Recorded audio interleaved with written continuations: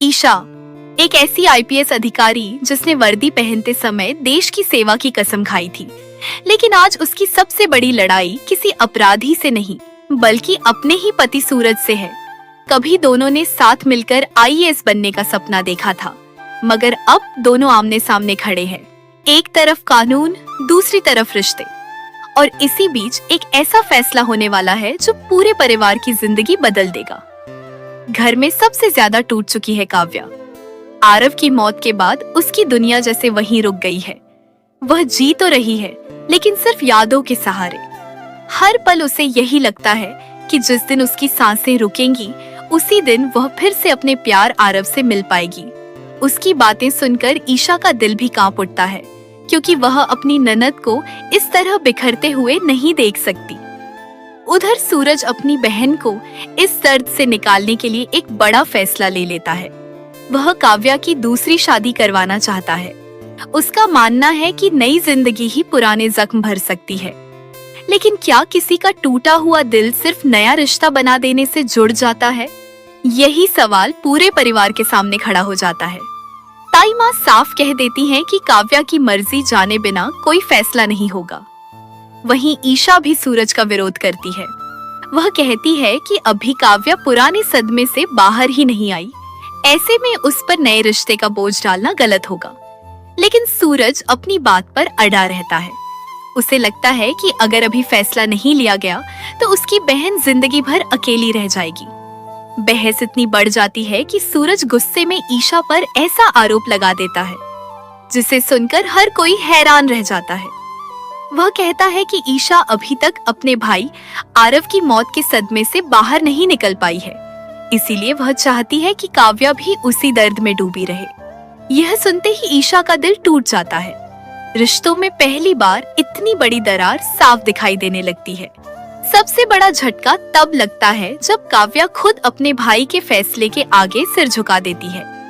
वह कहती है कि दादा भाई कभी उसके लिए गलत नहीं सोच सकते। अगर उन्होंने दूसरी शादी का फैसला लिया है तो वही उसका भी फैसला होगा। यह सुनकर ईशा भी मजबूरी में चुप हो जाती है, लेकिन उसके मन में डर बना रहता है कि कहीं जल्दबाजी में लिया गया यह फैसला काव्या की जिंदगी और मुश्किल न बना दे। इसी बीच कहानी में एक नई प्रेम कहानी भी जन्म ले रही है। रिया को महसूस होने लगा है कि उसे किसी से प्यार हो गया है, लेकिन वह समझ नहीं पा रही कि अपने दिल की बात कैसे कहे। उसका दोस्त बंटी पहले तो उसकी खूब खिंचाई करता है, फिर उसे हिम्मत देता है कि अगर प्यार सच्चा है तो इजहार करने से डरना नहीं चाहिए।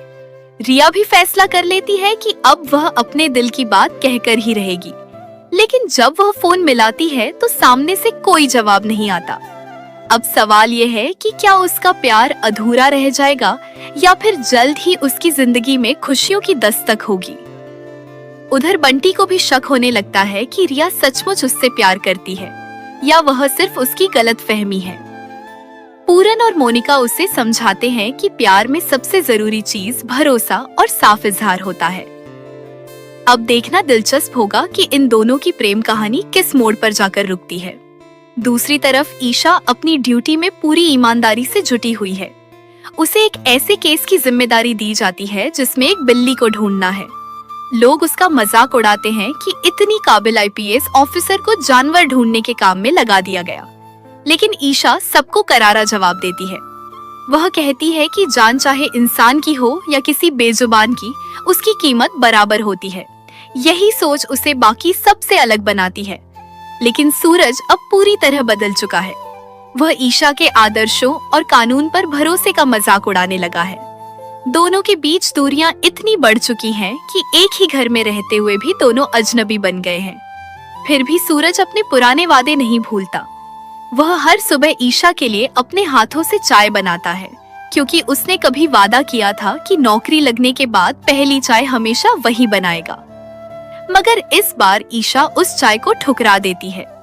वह कहती है कि अगर वादा निभाना ही था तो देश की सेवा करने का वादा भी निभाना चाहिए था।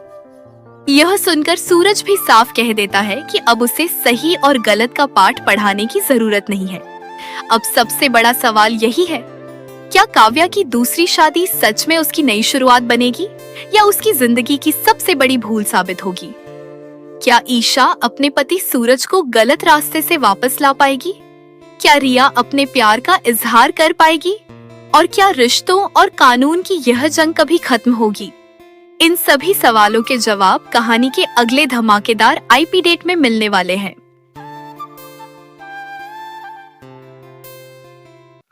Hello guys, welcome back. स्वागत करता हूं मैं आप लोग का फिर से एक और नई धमाकेदार अपडेट के साथ लेकर के आ चुका हूं आप लोग के लिए एक और नई धमाकेदार अपडेट। जी हां दोस्तों, सीरियल पति ब्रह्मचारी में कहानी में आ चुका है एक नया मोड़ और कहानी ने ले लिया है एक और नया मोड़। कहानी में की आगे की कहानी बहुत ज्यादा धमाकेदार होने वाली है। उधर दोस्तों जिधर सूरज को गिरफ्तार करने की कोशिश ईर्ष्या कर रही है, लेकिन ईर्ष्या के हाथ में कोई भी सबूत नहीं लग रहा है। लेकिन वही दोस्तों, परिवार में तो कुछ अलग ही बवाल चल रहा है। उधर दूसरी तरफ जो सूरज है, सूरज की बहन का आप लोगों को पता है कि तलाक हो चुका है और पता नहीं उसका पति अभी भी जिंदा है कि नहीं है, जिसके कारण से सूरज अपनी बहन के हित में ये फैसला लेता है कि नहीं बहन, मैं तुम्हारी अब दूसरी शादी करवाऊंगा। जैसे ही दोस्तों उसकी बहन अपने भाई सूरज की इस बात को सुनती है तो उसे क्या वह कहती है कि मेरा भाई जो भी फैसला लेगा वह बिल्कुल सही होगा मेरे लिए। लेकिन दोस्तों ईर्ष्या को जैसे ही पता चलता है कि नहीं, सूरज ने अपनी बहन की दूसरी शादी करने का फैसला लिया है, तो उसे यह बात बिल्कुल भी हजम नहीं होती और वह इस बात का विरोध करती है और सूरज का भी विरोध करती है और कहते हैं कि सूरज, तुम इतनी जल्दी फैसला कोई भी नहीं ले सकते बिना किसी को बताए हुए और बिना किसी मुद्दे पे आए, बिना कुछ सोचे समझे। लेकिन दोस्तों सूरज ने तो ये फैसला ले लिया है और उधर दोस्तों जो सूरज की बहन है वह भी कह देती है कि मेरे भैया ने मेरे कुछ सोच समझ कर ये फैसला लिया होगा। तो आखिर आप लोगों को क्या लगता है इस बारे में? और दोस्तों ईर्ष्या के ऊपर तो कुछ अलग ही परेशानी चल रही है। उधर दफ्तर में उसके जो अफसर हैं, जो उसके ऊपर रैंक वाले अफसर हैं, वह उसको नीचे दिखाने की कोशिश कर रहे हैं और कह रहे हैं ईर्ष्या को कि हमें पता है कि तुम इस खाकी वर्दी का ईर्ष्या तुम गलत इस्तेमाल कर रही हो, तुम नहीं चाहती हो अपने पति को गिरफ्तार करना। क्यों? क्योंकि जो सूरज है वह तुम्हारा असली पति है और दादा भाई तुम्हारा असली पति है, ये बात हम लोग को पता है। और हम लोग को पता है ये भी कि तुम नहीं चाहती हो कोई भी सबूत तुम्हारे हाथ वापस लगे। इसी बात को लेकर के दोस्तों दफ्तर में हो जाता है झगड़ा और ईर्ष्या को भी बहुत ज्यादा जिल्लतों का सामना करना पड़ता है दफ्तर में। और जैसे ही वह घर आती है और अपना तभी दोस्तों सूरज अपने हाथों से चाय बना करके लाता है और अपनी पत्नी ईर्ष्या को देता है। जैसे ही ईर्ष्या सूरज के हाथों में से चाय लेती है तो ईर्ष्या को वह पुरानी सब बातें याद आ जाती हैं कि कैसे सूरज ने मुझसे वादा किया था कि वह मेरे लिए हर रोज सुबह चाय बना करके लाएगा मेरे लिए, और इधर मैं क्या कर रही हूँ, मैं अपने पति को जेल में डालने की कोशिश कर रही हूँ। तो आप लोग को आखिर इस बारे में क्या लगता है? आप लोग हमें कमेंट में लिख करके बता सकते हैं। और अगर आप लोग को भी ये सीरियल देखना बहुत ज्यादा पसंद है तो वीडियो को एक लाइक कर देना, चैनल को सब्सक्राइब मार देना। अगर आप लोग इस सीरियल को देखना बहुत ज्यादा पसंद करते हैं तो मिलते हैं आप लोगों से एक और न्यू धमाकेदार अपडेट के साथ, एक और न्यू धमाकेदार कहानी के साथ। तो वीडियो को लाइक करके चैनल को सब्सक्राइब मार देना।